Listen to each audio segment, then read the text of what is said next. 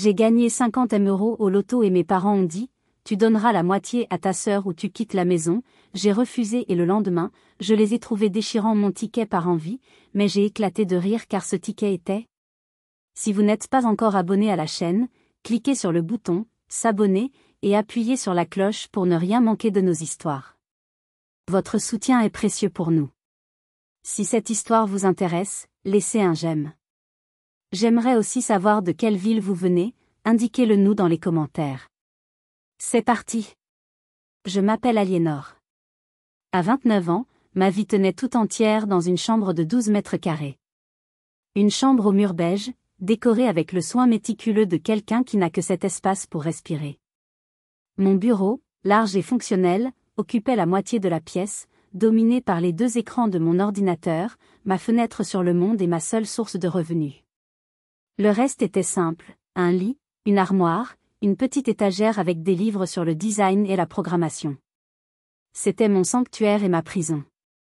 Ce soir-là, la lumière bleutée des écrans jetait une lueur spectrale sur mon visage. Dehors, la nuit était tombée, mais je ne l'avais pas remarqué, absorbé par un projet urgent pour un client américain. C'est en faisant une pause, en m'étirant le dos avec un craquement douloureux, que je m'en suis souvenu. Le ticket. Le petit rituel du mardi. Je l'ai sorti de mon portefeuille, l'ai déplié sur mon bureau. Sans grand espoir, plus par automatisme, j'ai ouvert le site de la Française des Jeux. J'ai tapé les numéros, un par un, mon esprit déjà à moitié retourné à mes lignes de code. Puis la page s'est rafraîchie. Des confettis virtuels ont explosé sur l'écran.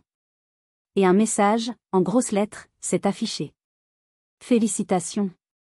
Mon souffle s'est bloqué dans ma poitrine. J'ai relu. 1 fois, 2 fois, 10 fois. J'ai fermé les yeux, les ai rouverts. Le message était toujours là. 50 millions d'euros.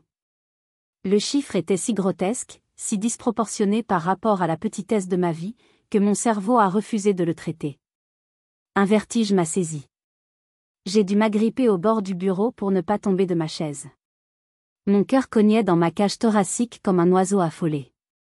Et puis, après le choc initial, une vague chaude et inattendue a déferlé en moi. Ce n'était pas de la joie pure, non. C'était quelque chose de plus complexe, de plus fragile, de l'espoir. Une pensée folle, que j'avais réprimée depuis des années, a refait surface avec une force dévastatrice. Et si cet argent pouvait tout réparer? Je ne parlais pas de mes dettes, ou de ma voiture vieillissante. Je parlais d'eux. De ma famille. J'ai fermé les yeux et je les ai vus. J'ai imaginé leur annoncer la nouvelle. Le choc, bien sûr. Mais après? J'ai osé imaginer la fierté dans le regard de mon père, pour la première fois. J'ai osé imaginer ma mère me prenant dans ses bras, les larmes aux yeux, en me disant à quel point elle était heureuse pour moi. J'ai osé imaginer Faustine, ma sœur, me souriant sincèrement, peut-être même admirative. J'ai rêvé, l'espace d'un instant, que cet argent achèterait enfin ma place. Qu'il ferait de moi non plus l'ombre, la fille, raisonnable et débrouillarde, mais l'une des leurs.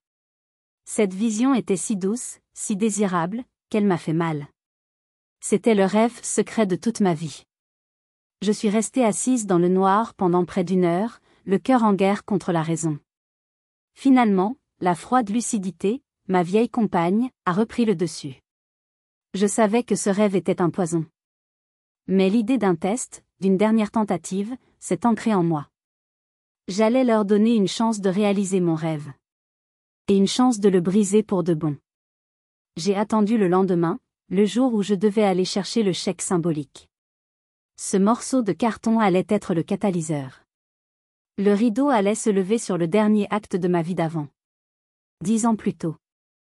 J'avais 19 ans, et la maison bourdonnait d'une excitation qui ne me concernait pas. Faustine, de 2 ans mon aînée, venait d'être admise dans une école de commerce parisienne, une de ces institutions privées dont le nom seul suffisait à impressionner les amis de mes parents. Le champagne avait coulé à flots. Mon père, Didier, habituellement si réservé, portait des toasts en parlant des « investissements d'avenir » et de « l'élite de la nation ». Ma mère, Nathalie, le regardait avec des yeux pleins d'adoration, comme s'il venait de peindre la chapelle Sixtine. Faustine, au centre de toute cette attention, rayonnait. Elle décrivait son futur appartement dans le 6e arrondissement, ses futurs stages dans des multinationales, sa future vie. Personne ne semblait se soucier du fait que cet avenir radieux était financé par l'intégralité des économies de mes parents, et même par un prêt qu'ils venaient de contracter. Un mois plus tard, ce fut mon tour, dans une version bien plus modeste. J'avais reçu ma lettre d'admission pour une licence en design numérique à l'Université de Lyon. Une excellente formation publique, et j'avais même obtenu une bourse qui couvrait la moitié des frais. L'autre moitié restait un obstacle. J'ai attendu le bon moment, un soir après le dîner, quand mon père semblait détendu. J'ai sorti mes papiers, mon dossier scolaire impeccable, la lettre de la bourse.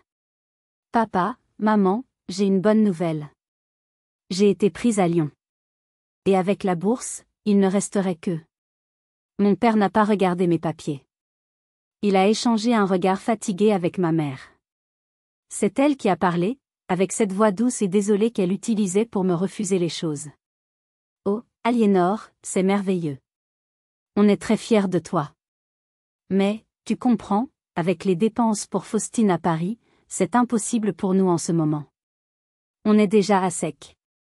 Mais ce n'est même pas un quart de ce que vous payez pour elle, ai-je protesté, la voix tremblante. Ne compare pas ce qui n'est pas comparable, a coupé mon père, son ton devenant plus dur. Faustine est à Paris, dans une école de prestige. Ce n'est pas la même chose. Toi, tu es forte. Tu es intelligente. Tu trouveras une solution. Prends un petit boulot, comme tout le monde. Ça te formera le caractère. Ça me formera le caractère. Cette phrase a signé la fin de la discussion. Ils ne voyaient pas l'injustice. Pour eux, c'était normal.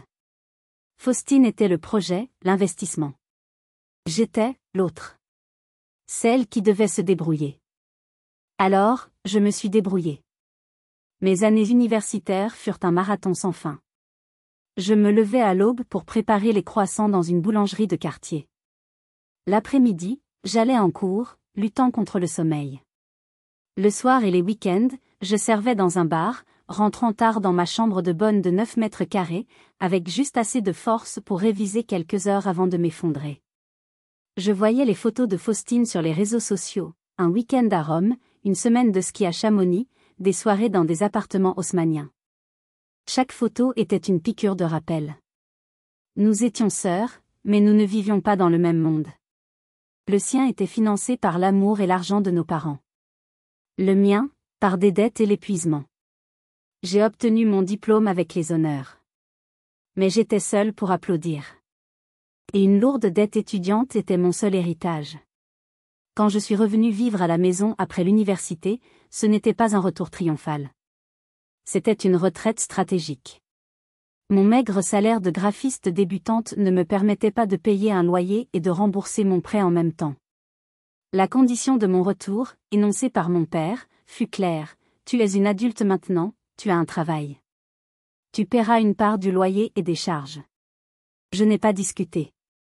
Pendant ce temps, Faustine, diplômée depuis 1 an, vivait toujours dans sa chambre d'enfance, sans verser un centime, attendant que la bonne opportunité se présente. Cette opportunité s'est présentée 2 ans avant le loto. Un soir, Faustine a convoqué un conseil de famille.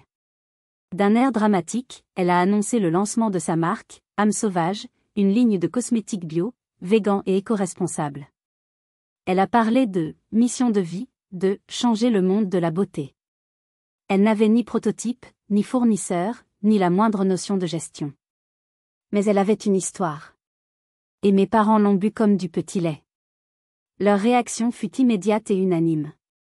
Ils n'ont pas parlé de risque, ni de manque d'expérience. Ils ont vu ce qu'ils voulaient voir, leur fille aînée, la diplômée de l'école de commerce, devenant une grande entrepreneuse. Ils ont hypothéqué la maison.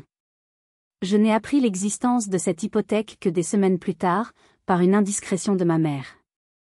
Une somme à 6 chiffres a été versée sur le compte de Faustine pour financer ses stocks initiaux, son site web extravagant et ses campagnes de publicité sur Instagram. 6 mois plus tard, mon activité de freelance avait bien décollé. J'avais des clients fidèles, une bonne réputation. L'idée de créer ma propre agence, une petite structure agile et créative, est devenue une obsession.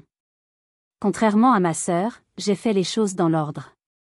J'ai passé 3 mois à élaborer un business plan. 20 pages de chiffres, de graphiques, d'analyses. Mon projet était l'antithèse du sien, prudent, local, réaliste. Je n'ai pas demandé un don. J'ai demandé un soutien. Une caution morale.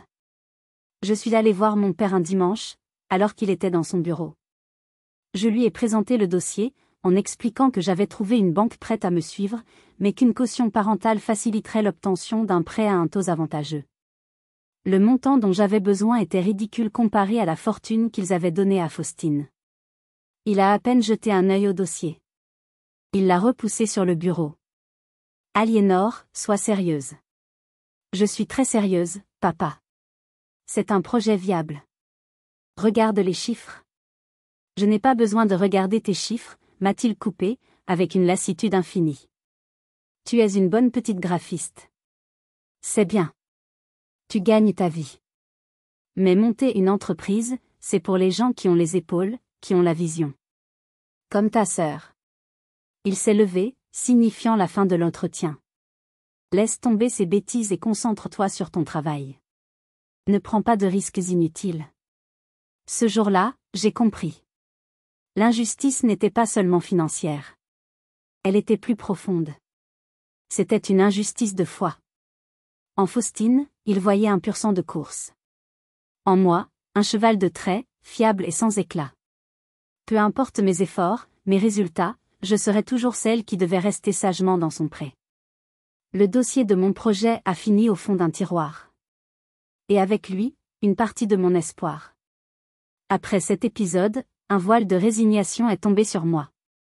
J'ai abandonné l'idée de l'agence. Mon ambition s'est réduite à la taille de ma chambre. Je travaillais sans relâche, acceptant tous les contrats, même les moins intéressants, pour mettre de l'argent de côté et rembourser mon prêt le plus vite possible. Mon seul objectif était devenu l'indépendance. Une indépendance silencieuse, sans fanfare. La dynamique familiale s'est figée. Les dîners étaient un monologue quasi permanent de Faustine, qui racontait les hauts et les bas de sa start-up. Les hauts étaient une nouvelle influenceuse qui avait accepté de promouvoir ses produits, contre une somme exorbitante. Les bas étaient tout le reste, les ventes qui ne décollaient pas, les coûts de production qui explosaient, les clients qui se plaignaient. Mes parents l'écoutaient avec une attention religieuse, la conseillant, la plaignant, lui promettant de nouvelles rallonges financières. Moi, j'étais la spectatrice muette. On me posait parfois un « Et toi, le travail, ça va ?» distrait, auquel je répondais par un « Oui, ça va », qui mettait fin à la conversation. Mes succès, mes nouveaux clients, mes projets créatifs n'intéressaient personne. Ils étaient invisibles, tout comme moi. C'est là que le rituel du ticket de loto a pris tout son sens. Ce n'était plus un simple rêve. C'était une nécessité. C'était mon seul espace de liberté, un secret qui n'appartenait qu'à moi. La seule décision de ma semaine qui n'était pas dictée par la logique financière ou la prudence. Un soir, lors d'un de ces dîners interminables, Faustine se plaignait du coût d'un nouveau packaging. C'est un investissement, ma chérie, avait dit ma mère. Il faut ce qu'il faut pour réussir.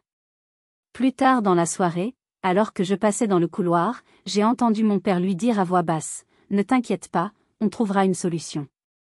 On ne te laissera pas tomber. » Le lendemain, c'était mardi. Je suis allée au bureau de tabac. En choisissant mes numéros, les mots de mon père résonnaient dans ma tête. On ne te laissera pas tomber. Ces mots, je ne les avais jamais entendus pour moi. En payant mes 2,50 €, j'ai ressenti une bouffée de défi. C'était mon investissement à moi. Mon pari insensé contre une vie de certitudes injustes. Ce soir-là, quand j'ai découvert le résultat, la première image qui m'est venue à l'esprit n'était pas celle d'une villa ou d'une voiture de sport. C'était celle d'une porte. Une porte que je pouvais enfin ouvrir et franchir, pour ne plus jamais revenir. L'argent n'était pas le but. C'était le moyen. Le moyen de mettre fin à cette mascarade, de faire taire les voix qui m'avaient toujours dit que je n'étais pas assez. Ce petit bout de papier n'était pas une fortune. C'était une déclaration de guerre. Une déclaration d'indépendance. Le siège de la Française des Jeux était un bâtiment de verre et d'acier, froid et impersonnel. Tout le contraire du tourbillon d'émotions qui faisait rage en moi. J'ai été accueillie par une femme élégante, Madame Dubois, dont le sourire professionnel ne laissait transparaître aucune surprise. Pour elle, j'étais juste une autre gagnante, une anomalie statistique à traiter. Elle m'a fait signer une pile de documents dans un bureau silencieux qui sentait le café et le papier neuf. Sa voix était calme, posée, alors qu'elle m'expliquait les implications de ce qui m'arrivait. Votre vie va changer, mademoiselle Aliénor. Radicalement. Vous allez devenir une cible. Pour les solliciteurs, pour les lointains cousins oubliés, et parfois, malheureusement, pour votre propre famille. Le meilleur conseil que je puisse vous donner, c'est d'être incroyablement prudente. Et de vous entourer de professionnels. Ces paroles résonnaient étrangement avec mes propres craintes. Elle a ensuite abordé les détails techniques. Le virement, le délai de 3 semaines, les implications fiscales. Puis est venu le moment du chèque symbolique. Quand l'employé l'a apporté, j'ai presque ri. Ce carton criard semblait si dérisoire face à l'énormité de la situation. C'est juste pour la photo, si vous en souhaitez une, a précisé Madame Dubois. C'est un souvenir. Il n'a aucune valeur fiduciaire. C'est en tenant ce faux trésor dans mes mains que le plan, jusqu'alors une intuition nébuleuse, est devenu d'une clarté aveuglante. C'était parfait. C'était l'appât idéal. Un objet tangible sur lequel leur avidité pourrait se cristalliser. Sur le chemin du retour, je ne conduisais plus en pilote automatique. Mon esprit tournait à plein régime. J'observais les autres conducteurs, les piétons sur le trottoir. Des vies normales. Des gens avec des problèmes normaux. Moi, mon problème venait de prendre des proportions cosmiques. Comment annoncer une telle nouvelle à des gens dont l'amour était conditionnel? Comment protéger un trésor face à des pirates qui partagent votre propre sang? J'ai compris que je ne pouvais pas simplement leur annoncer la nouvelle et espérer leur bénédiction. Ce serait une déclaration de guerre. Ils allaient exiger, menacer, manipuler. J'ai compris que je ne pouvais pas gagner cette guerre en étant honnête. Ils avaient passé leur vie à me prouver que l'honnêteté et la droiture étaient des faiblesses qu'ils sauraient exploiter. Non. Je devais jouer sur leur terrain. Le terrain de la manipulation et de l'apparence. Ce chèque en carton n'était pas un simple test. C'était une arme. J'allais leur donner exactement ce qu'ils pensaient vouloir. J'allais leur laisser croire qu'ils avaient le pouvoir, que ma fortune tenait dans ce ridicule rectangle de plastique. J'allais les laisser se dévoiler, se trahir eux-mêmes. J'allais leur donner assez de cordes pour se pendre. En me garant devant la maison, une étrange sérénité m'a envahi.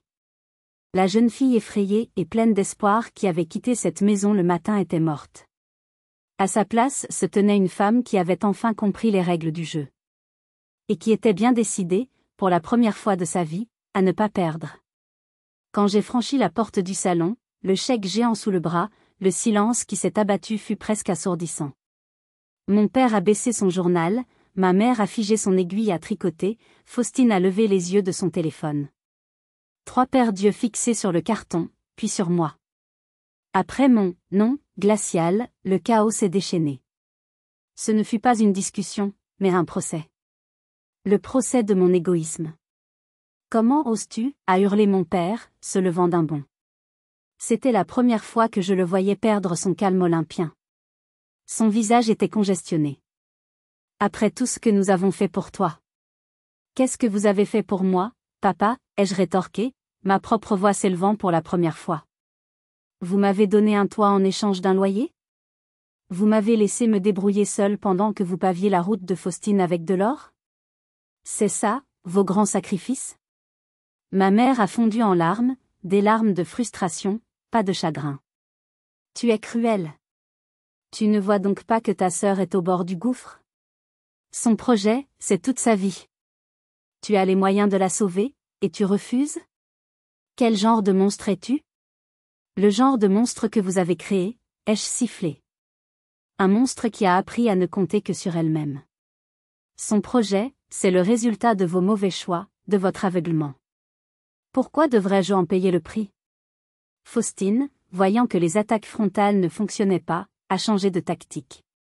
Elle a essayé la carte de la pitié, se laissant tomber sur le canapé, le visage entre les mains.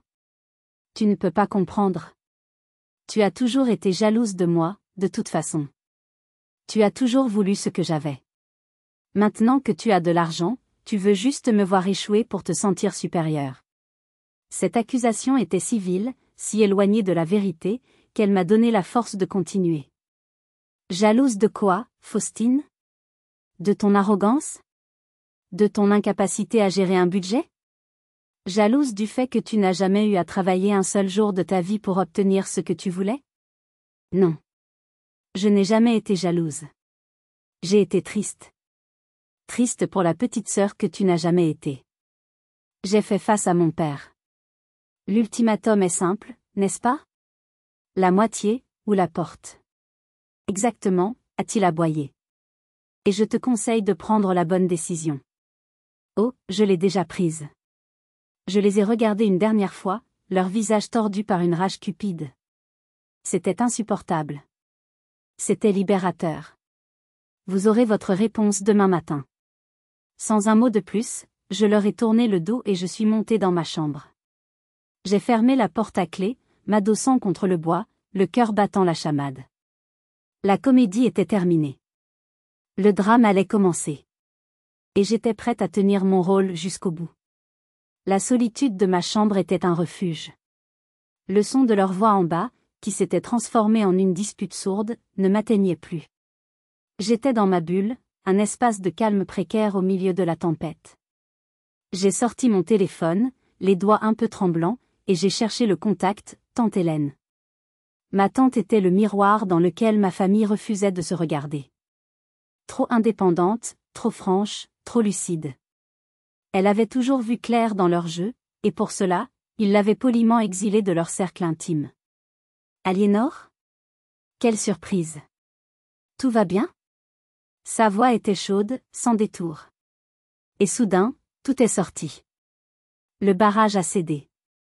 J'ai raconté le loto, les 50 millions, leur réaction, l'ultimatum, la haine dans leurs yeux. Je n'ai pas pleuré. Ma voix était étrangement neutre, comme si je racontais l'histoire de quelqu'un d'autre. C'était la seule façon de ne pas m'effondrer. À l'autre bout du fil, Hélène est restée silencieuse pendant un long moment. Je pouvais presque l'entendre digérer l'énormité de la situation. Les salauds, a-t-elle finalement lâché? Le mot était cru, violent, et il m'a fait un bien fou. Je savais qu'ils étaient égoïstes et aveugles, mais à ce point. C'est pathologique. Je leur ai dit non, Tati. Et maintenant, je ne sais plus. Si, tu sais, m'a-t-elle coupé avec fermeté. Tu as fait la seule chose que tu aurais dû faire depuis des années. Tu t'es défendue. Écoute-moi, Aliénor. Ta mère et moi, on a grandi avec les mêmes parents. Je sais comment ils fonctionnent. Ils t'ont mise dans la case de la raisonnable, celle qui ne fait pas de vagues, pour mieux pouvoir s'occuper de leur princesse. Ta mère a reproduit ce schéma. C'est plus facile pour elle. Elle a fait une pause, puis a ajouté quelque chose qui m'a glacé le sang. Il y a 10 ans, quand tu cherchais de l'argent pour tes études, j'avais proposé à ta mère de t'aider, de payer ce qu'il manquait. Elle a refusé. Elle m'a dit que c'était mieux pour toi d'apprendre la vraie vie. Le souffle m'a manqué. Ce n'était donc pas seulement un manque de moyens. C'était un choix délibéré. Une politique. Ils ne changeront jamais, Aliénor, a continué Hélène, sa voix adoucie par la tristesse. Cet argent, c'est ta chance de t'échapper. Ne la gâche pas par un faux sentiment de loyauté. Tu ne leur dois rien. Absolument rien. Ils ont une dette envers toi, pas l'inverse. Alors, sois forte. Sois plus intelligente qu'eux. Prends un avocat, protège-toi, et pars. Construis ta propre vie. C'est le plus grand service que tu puisses te rendre. Quand j'ai raccroché, les larmes que j'avais retenues ont finalement coulé. Des larmes chaudes, silencieuses. Ce n'étaient pas des larmes de tristesse. C'étaient des larmes de deuil. Le deuil d'une famille que je n'avais jamais vraiment eue. Et la naissance d'une résolution inébranlable. Hélène avait raison. Il était temps de finir le travail. La nuit fut courte, peuplée de fantômes et de décisions. Au petit matin, je n'étais plus la même personne. La jeune femme qui espérait encore la veille avait été remplacée par une stratège. Je suis descendue vers 8 heures. J'avais pris soin de ne pas me maquiller, de laisser mes yeux cernés bien visibles. J'ai traversé le couloir, adoptant une démarche lente, presque hésitante. Ils étaient déjà dans la cuisine, attablés dans un silence hostile. L'air était saturé de reproches muets. Je me suis servi un café, leur tournant le dos. Je sentais leurs 3 paires d'yeux rivés sur moi. J'ai joué mon rôle à la perfection. J'ai laissé échapper un long soupir tremblant. J'ai réfléchi. Ma voix était rauque, comme si j'avais pleuré toute la nuit. Immédiatement, l'atmosphère a changé. J'ai senti la tension baisser d'un cran. Mon père a posé sa tasse, le regard soudain attentif. Et alors, a-t-il demandé, essayant de masquer son impatience. Je me suis retournée pour leur faire face, en gardant les yeux baissés. Vous avez raison. C'est trop. C'est trop pour moi. La famille, c'est important. Un petit sourire suffisant est apparu sur les lèvres de Faustine. Ma mère a poussé un soupir de soulagement théâtral. Ah, ma chérie. Je savais que ton bon cœur parlerait. Mais, j'ai besoin d'un peu de temps, ai-je ajouté précipitamment. Il faut que je contacte la Française des Jeux, que je vois comment on fait un partage. Je ne sais rien de tout ça. J'ai besoin de la journée pour mettre mes idées au clair. Mon père a froncé les sourcils, méfiant. Pas de manigance, Aliénor. Aucune manigance, ai-je murmuré. Juste, laissez-moi respirer. Je suis épuisée. Je vais monter me reposer un peu. On en reparle ce soir. Sans attendre leur permission, j'ai quitté la cuisine. J'ai entendu ma mère dire à Faustine, tu vois, il fallait juste être un peu ferme. Dans ma chambre, mon cœur battait la chamade. Ils avaient mordu à l'hameçon. J'ai agi rapidement. J'ai pris le grand chèque en carton et l'ai posé sur mon lit, bien en évidence. J'ai jeté un pull dessus, comme si je l'avais enlevé à la hâte, en laissant juste dépasser le coin avec le montant. C'était une invitation. Une provocation silencieuse. Puis, j'ai enfilé ma veste, pris mon sac, et je suis redescendue. Je suis passée devant le salon sans m'arrêter. Je sors marcher, j'ai besoin de prendre l'air, ai-je lancé à la cantonade. Je n'ai pas attendu de réponse. J'ai fermé la porte derrière moi. Le clic de la serrure a sonné comme le début d'un compte à rebours. Je ne suis pas allée au parc. J'ai couru jusqu'à l'arrêt de bus. J'avais rendez-vous à 10 heures dans le centre-ville.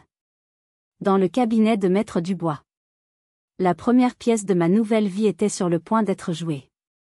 Et mes adversaires, sans le savoir, allaient en être les acteurs principaux. Si vous êtes arrivé jusqu'ici, c'est que l'histoire vous intéresse vraiment. Dites-moi ce que vous en pensez dans les commentaires, tapez 1 pour que je sache que vous êtes ici, ou dites-moi depuis quel pays vous regardez l'émission. Vous pouvez aussi poser vos questions, j'y répondrai. Maître Dubois était exactement comme sa réputation le laissait entendre. Petit, vif, vêtu d'un costume impeccable, il dégageait une autorité tranquille. Il m'a écouté pendant près d'1 heure sans jamais m'interrompre, ses doigts fins appotant un stylo sur un bloc-notes. Je lui ai tout raconté, y compris la mise en scène du chèque factice. Quand j'ai eu terminé, il a eu un mince sourire. Mademoiselle, vous avez un instinct de survie remarquable. Votre plan est risqué, mais psychologiquement brillant. Il est devenu sérieux. Maintenant, passons aux choses concrètes. Nous allons créer une fiducie. Vos biens seront gérés par une entité distincte, vous protégeant légalement de toute tentative de pression ou de revendication. Nous allons aussi préparer une mise en demeure pour harcèlement, au cas où il dépasserait les bornes. Vous êtes venu au bon endroit. Je suis sorti de son bureau 2 heures plus tard, armé d'une confiance nouvelle. Je n'étais plus seul. La loi était de mon côté. Je suis rentré vers 12h30. J'ai pris une grande inspiration devant la porte de la maison. Le moment de vérité était arrivé. J'ai sorti mon téléphone, lancé l'application dictaphone, et l'ai glissé dans la poche extérieure de ma veste. Puis, j'ai inséré la clé dans la serrure et j'ai tourné, aussi doucement que possible. La maison était silencieuse. J'ai marché sur la pointe des pieds dans le couloir. La porte du salon était entr'ouverte. Une lumière inhabituelle filtrait. Je me suis approché, le cœur battant à grands coups. Le spectacle qui s'offrait à moi était à la fois grotesque et tragique. Ils avaient tiré les rideaux, comme pour commettre leur forfait dans l'intimité.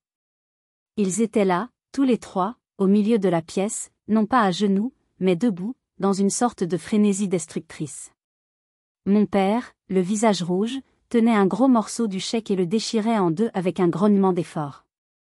Ma mère, elle, s'acharnait sur un autre morceau, le lacérant en fines lamelles avec une paire de ciseaux de couture. Mais la pire, c'était Faustine. Elle avait les yeux brillants d'une joie mauvaise, et elle piétinait les débris éparpillés sur le tapis, comme pour s'assurer de n'en laisser aucune trace. J'ai fait un pas de plus, et j'ai pu entendre leur voix, haletante. Voilà. Ça, c'est fait, a lancé Faustine, en écrasant un morceau sous son talon. Elle va voir ce que ça coûte de nous défier. Elle va revenir en pleurant, a renchéri ma mère, le souffle court. Elle n'a que nous. Elle va bien être obligée de supplier notre pardon. Mon père a jeté les 2 morceaux qu'il tenait dans les mains. C'est terminé. Plus d'argent, plus de problèmes. Elle va réapprendre la vraie vie. Ils se sont arrêtés, contemplant leur œuvre, le tapis jonché des restes de mon rêve. C'est à ce moment précis, dans le silence de leur triomphe éphémère, que j'ai décidé qu'ils m'avaient assez entendu pleurer. Il était temps pour eux de m'entendre rire. Je suis resté un instant dans l'ombre du couloir, savourant la scène. C'était la preuve. La preuve ultime, irréfutable, de leur nature profonde. La confirmation dont j'avais besoin pour ne jamais, jamais douter. Puis, j'ai fait un pas en avant, entrant dans la lumière du salon. Impressionnant. Vraiment. Quelle énergie. Ma voix, calme et légèrement ironique, les a fait sursauter. Ils se sont retournés d'un bloc, comme des marionnettes dont on aurait tiré les fils. La surprise, puis la gêne, et enfin un air de défi se sont peints sur leur visage. Alors, tu es revenu, a dit mon père, en croisant les bras. Tu vois le résultat de ton entêtement? Oh oui, ai-je répondu en balayant la pièce du regard. Je le vois parfaitement. Il s'attendait à ce que je me jette sur les débris en hurlant. Il s'attendait aux larmes, aux supplications. Au lieu de ça, j'ai souri. Puis, un son a commencé à monter du plus profond de ma poitrine. Un son que je ne contrôlais pas. Un petit rire étranglé. Il a pris de l'ampleur, s'est transformé en un éclat de rire, puis en un fou rire tonitruant, incontrôlable, presque douloureux. Je riais aux larmes, je riais à en avoir mal au ventre. Je me suis plié en deux, une main sur mes côtes, l'autre essuyant les larmes qui brouillaient ma vue. Ce rire n'était pas joyeux. C'était un exorcisme. C'était le son de 29 années de chaîne qui se brisaient d'un coup. C'était le rire d'une condamnée à mort qui apprend que son bourreau vient de mourir d'une crise cardiaque. C'était le plus beau son que j'ai jamais produit. Autour de moi, l'ambiance avait radicalement changé. La confusion avait remplacé l'arrogance. Mais, qu'est-ce qui lui prend? Elle est devenue complètement folle, a chuchoté Faustine à ma mère. Arrête cette comédie, a crié mon père, sa voix trahissant une pointe de panique. Il n'y a rien de drôle. J'ai lutté pour reprendre mon souffle, pour calmer les spasmes qui secouaient mon corps. J'ai pointé un doigt vers le tapis. Rien de drôle? Au contraire. C'est la chose la plus drôle que j'ai jamais vue. J'ai fait une pause, les regardant droit dans les yeux. Vous. Tous les trois. En train de vous acharner sur un morceau de carton. L'incompréhension était totale sur leur visage. Vous ne comprenez toujours pas, n'est-ce pas? J'ai secoué la tête, un dernier rire m'échappant. Ce chèque. Ce n'était qu'un accessoire. Un chèque factice que la Française des Jeux donne aux gagnants pour les photos. Il a autant de valeur que le carton de votre boîte de céréales. Je les ai observés, savourant chaque seconde. J'ai vu la compréhension commencer à poindre dans leurs yeux, suivie de près par une horreur absolue. L'argent, ai-je articulé lentement, pour qu'ils comprennent bien chaque mot. Les 50 millions d'euros, les vrais, sont en sécurité. Ils sont en cours de virement sur un compte en banque. Mon compte en banque. J'ai eu un large sourire, le premier vrai sourire sincère depuis des années. Alors continuez, je vous en prie. Amusez-vous bien avec mes confettis. C'est le seul argent que vous verrez jamais de moi. L'effet de mes paroles fut plus dévastateur qu'une bombe. Le temps sembla se suspendre. J'ai regardé, comme au ralenti, le sang quitter leur visage. Mon père, si autoritaire quelques instants plus tôt, semblait avoir vieilli de 10 ans. Ses épaules se sont affaissées, sa bouche s'est ouverte mais aucun son n'en est sorti. Ma mère a porté une main à sa poitrine, comme si elle allait s'évanouir. Le visage de Faustine s'est décomposé, passant de la haine à l'incrédulité, puis à une panique abjecte. Ce n'est pas possible, a-t-elle bégayé. Tu mens. C'est un coup monté pour nous faire peur. Pourquoi mentirais-je, Faustine, ai-je demandé, ma voix douce contrastant avec la violence de la scène. Pour le plaisir? Non. La vérité est bien plus savoureuse. C'est ma mère qui a tenté la première manœuvre de repli. Elle a forcé un petit rire nerveux, un son horrible et discordant. Mais, ma chérie, tu as bien compris que c'était une blague. Hein, Didier? On voulait juste te faire une farce, pour te secouer un peu. On n'aurait jamais. Une blague? Mon calme s'est évaporé, remplacé par une lame de fond de colère froide, maîtrisée. Vous appelez ça une blague? Se mettre à trois pour détruire ce que vous pensiez être ma seule chance de m'en sortir? M'insulter, me menacer, me mettre à la porte? J'ai fait un pas vers elle. Elle a reculé. Non, maman. Ce n'était pas une blague. C'était de la méchanceté pure. De la jalousie. De la cupidité. C'était votre vrai visage, sans le masque de la bienséance.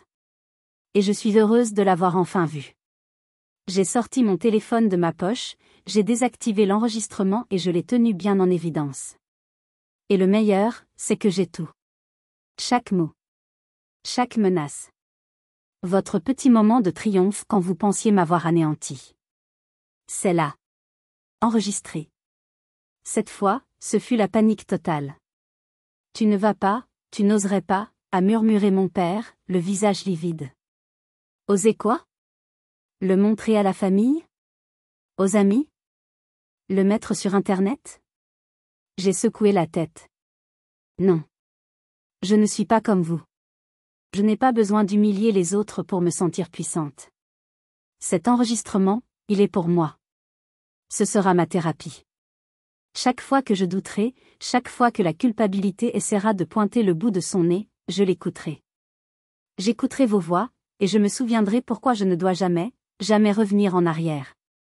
Je me suis adressée à Faustine, qui sanglotait maintenant silencieusement.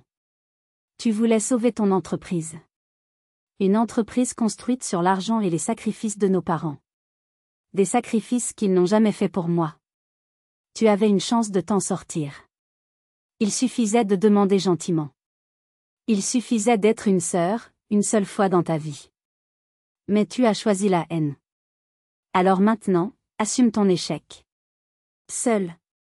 J'ai balayé la pièce du regard, les débris sur le sol, leur visage défait. Vous avez tout misé sur le mauvais cheval, leur ai-je dit. La partie est terminée. Et vous avez tout perdu. Je n'ai pas attendu un mot de plus. La conversation était terminée. Ma vie avec eux était terminée. Je leur ai tourné le dos, un geste que j'avais rêvé de faire des milliers de fois, et j'ai marché vers les escaliers. Le bruit de leurs pas précipités derrière moi m'a fait comprendre qu'ils n'abandonneraient pas si facilement. La peur leur donnait une énergie nouvelle. Aliénor, attends. Je t'en supplie. La voix de ma mère était méconnaissable, brisée. Je me suis arrêtée au milieu des escaliers, sans me retourner. On a fait une erreur, a continué mon père, sa voix essayant de reprendre une once d'autorité. Une terrible erreur. On était sous le choc. On peut arranger ça. Reste. On va en discuter calmement. Discuter calmement. Maintenant qu'ils avaient perdu tout pouvoir, ils voulaient discuter. L'ironie était à vomir. Il n'y a plus rien à discuter, ai-je répondu, ma voix résonnant dans la cage d'escalier. Je suis arrivée dans ma chambre. Mon sac à dos était là, près du lit. Il semblait minuscule. Comment toute une vie pouvait-elle tenir là-dedans? Et pourtant, c'était le cas. Ma vraie vie, celle qui allait commencer, n'avait pas besoin de grand-chose. Quand je suis redescendue, ils m'attendaient en bas, me barrant le chemin vers la porte d'entrée. C'était leur dernière ligne de défense. « Tu ne peux pas partir comme ça », a dit Faustine, le visage bouffi de larmes. « Tu nous laisses dans une situation impossible. Pense à nous. » « C'est bien le problème, Faustine, lui ai-je répondu. J'ai passé ma vie à penser à vous. Aujourd'hui, pour la première fois, je vais penser à moi. Mon père s'est interposé physiquement entre la porte et moi. Je te l'interdis. Tant que tu vivras sous mon toit. Je l'ai regardé droit dans les yeux. Mais je ne vis plus sous ton toit, papa. Tu m'as donné le choix hier, la moitié de l'argent, ou la porte. J'ai choisi la porte. Je me suis approché de lui, si près que je pouvais sentir son souffle. Ma voix n'était qu'un murmure, mais elle était chargée d'une force qu'il n'avait jamais entendue. Pousse-toi. Il a dû voir dans mon regard que je ne bluffais pas. Qu'il n'y avait plus en moi la moindre once de peur, la moindre trace de la petite fille qui cherchait son approbation. Il a vu une étrangère. Lentement, presque imperceptiblement, il a reculé. J'ai posé ma main sur la poignée de la porte. J'ai entendu ma mère sangloter mon nom, une dernière fois. Je n'ai pas hésité. J'ai ouvert la porte. Le soleil de midi m'a aveuglé un instant. L'air frais a rempli mes poumons. J'ai franchi le seuil sans me retourner. Le clic de la porte qui se refermait derrière moi n'était pas un son de fin. C'était le son du commencement. Les premiers jours de ma nouvelle vie ont été étranges. Je vivais dans un appart-hôtel impersonnel, et le silence était mon seul compagnon. C'était un silence à double tranchant. Parfois, il était apaisant, un baume sur des années de bruit et de tension. D'autres fois, il était oppressant, me renvoyant à ma propre solitude. La liberté avait un goût d'inconnu, à la fois exaltant et terrifiant. Le virement est arrivé, un matin, sans crier gare. Une simple ligne sur mon application bancaire. Un chiffre si long qu'il semblait irréel. Je l'ai regardé pendant 10 minutes, sans bouger. Puis j'ai accompli les 2 gestes que je m'étais promis. Le premier fut de rembourser intégralement mon prêt étudiant. En un clic, des années d'angoisse et de sacrifice se sont évaporées. Le deuxième fut de faire un virement à ma tante Hélène. Je ne lui ai pas dit le montant. Je l'ai juste appelé pour lui dire de vérifier son compte. Son silence, suivi d'un sanglot étranglé, fut ma plus belle récompense. Avec l'aide de Maître Dubois, l'argent a été structuré, sécurisé, investi. L'objectif n'était pas de flamber, mais de durer. De construire. Et la construction a commencé par la recherche d'un lieu. Mon lieu. Je l'ai trouvé après des semaines de recherche. Un ancien atelier de peintre, au dernier étage d'un immeuble du Marais. Un espace brut, avec des poutres apparentes, une hauteur sous plafond vertigineuse, et surtout, une immense verrière qui offrait une vue imprenable sur les toits de Paris. C'était un lieu rempli de lumière. Tout ce qui avait manqué à ma vie. Pendant que les travaux de rénovation commençaient, je me suis attelée à mon autre projet, mon agence. J'ai loué un petit local au rez-de-chaussée du même immeuble. J'ai dessiné le logo, créé le site web, acheté le meilleur matériel. J'ai baptisé l'agence l'Atelier Aliénor. C'était à la fois un hommage à mon nouveau lieu de vie et un pied de nez à mon père qui pensait que mes projets n'étaient que du vent. J'ai passé des entretiens pour recruter mes premiers collaborateurs. Je ne cherchais pas les meilleurs CV, mais les étincelles dans les yeux. J'ai embauché 2 jeunes tout juste sortis de l'école, Léo, un développeur web timide mais brillant, et Clara, une illustratrice à l'imagination débordante. Je leur ai offert un bon salaire, des horaires flexibles, et surtout, un environnement de travail où leurs idées étaient écoutées et respectées. Je voulais créer le genre de lieu où j'aurais rêvé de travailler à leur âge. Et puis, il y a eu la fondation.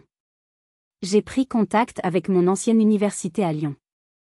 La procédure a été longue, mais 6 mois après avoir quitté la maison, la Bourse Aliénor était officiellement créée.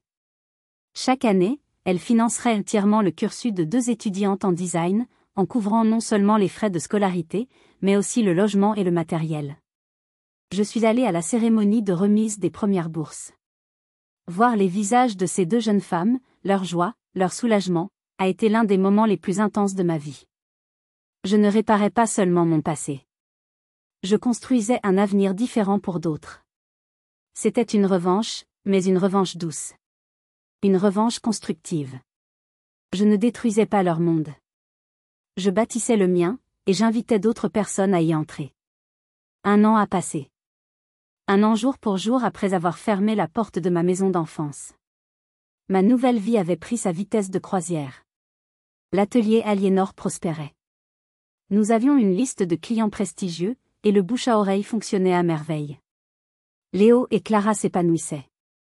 J'avais même embauché une 3e personne. Mon appartement était devenu mon havre de paix, un cocon de lumière et de sérénité. J'avais quelques amis, je sortais, je voyageais un peu. J'apprenais à vivre, tout simplement. Je ne pensais presque plus à eux. Leurs souvenirs s'étaient estompés, comme une vieille photo jaunie. Je n'avais plus de contact, direct ou indirect. Ma tante Hélène, par respect pour ma décision, n'avait plus jamais abordé le sujet. Ce jour-là, pour marquer cet anniversaire un peu spécial, elle m'avait invité à déjeuner. Nous étions assises à la terrasse d'un café, profitant du soleil d'automne. Au milieu de la conversation, elle a posé sa tasse et m'a regardé avec un air sérieux. Il faut que je te dise quelque chose. Et je veux que tu saches que je n'en aurais pas parlé si je ne pensais pas que tu étais assez forte pour l'entendre maintenant. J'ai senti mon estomac se nouer. J'ai croisé ta mère, par hasard, la semaine dernière, au supermarché. J'ai attendu, sans rien dire. Elle a beaucoup changé. Elle a maigri, elle a l'air fatiguée. Vieillie. Elle m'a raconté. Ils ont dû vendre la maison. L'hypothèque, ajoutée aux dettes de Faustine que tes parents avaient personnellement garanties, ils ont tout perdu. Ils vivent dans un petit 2 pièces en banlieue. Ton père a dû reprendre le travail, alors qu'il était à 1 an de la retraite. Et Faustine, elle fait des petits boulots de vendeuse. Elle n'a pas tenu le coup. Hélène a fait une pause, me jaugeant. Ta mère m'a demandé de te dire qu'elle était désolée. Qu'ils avaient tout gâché. Et que son seul regret dans la vie, c'était de ne pas avoir été une meilleure mère pour toi. Elle ne demande rien. Pas d'argent, pas de contact. Elle voulait juste que tu le saches. Je suis restée silencieuse, regardant les passants. J'ai cherché en moi une once de triomphe, de satisfaction. Je n'ai rien trouvé. J'ai cherché de la pitié. Rien non plus. Il ne restait qu'une vaste étendue de calme. Une plaine déserte où la guerre avait eu lieu, mais où même les ruines avaient été balayées par le vent. Merci de me l'avoir dit, Tati, ai-je finalement répondu. Mais ça ne change rien. Je sais, a-t-elle dit doucement. Ce soir-là, seule dans mon magnifique appartement, j'ai regardé les lumières de Paris s'allumer. Leur histoire était devenue exactement ça, une histoire. L'histoire de gens que j'avais connus, il y a longtemps. Leur malheur ne me rendait pas heureuse. Mais mon bonheur ne dépendait plus d'eux. Je sais que j'ai fait le bon choix en partant. C'était une question de survie. Mais la question de la guérison est plus complexe. Est-ce que la guérison, c'est d'oublier? Ou est-ce que c'est de pouvoir se souvenir sans ressentir de douleur? Et faut-il, pour guérir complètement, accorder un pardon que l'autre ne demande même plus vraiment? Je n'ai pas la réponse. Peut-être que je ne l'aurai jamais. Mais ce que je sais, c'est que chaque matin, quand je me lève et que je vois la lumière inonder mon salon, je me sens libre. Et pour l'instant, c'est la seule réponse dont j'ai besoin.